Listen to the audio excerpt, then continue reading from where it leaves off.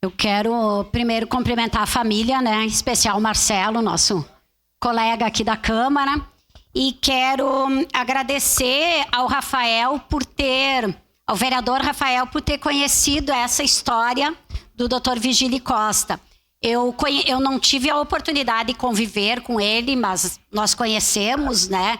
Tanto como médico. Eu lembro quando aconteceu ali, acho que foi na época do Covid, né? Sempre marcou muito essas pessoas que acabaram perdendo a vida por causa dessa pandemia, né?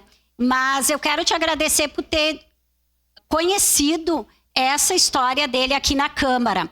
Esse dia 15 de junho é um dia muito importante. A questão dos idosos é uma categoria que tem crescido muito no país, né? Acho que no mundo tem vários estudos o quanto muitas vezes não se olhou para os idosos.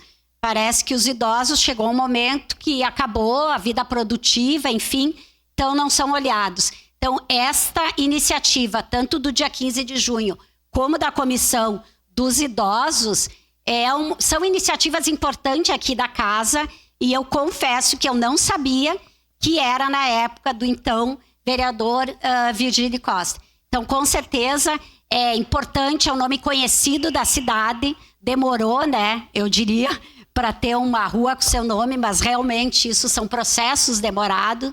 Então, obrigada, vereador Rafael, pela proposta e pelo conhecimento de hoje. Solicito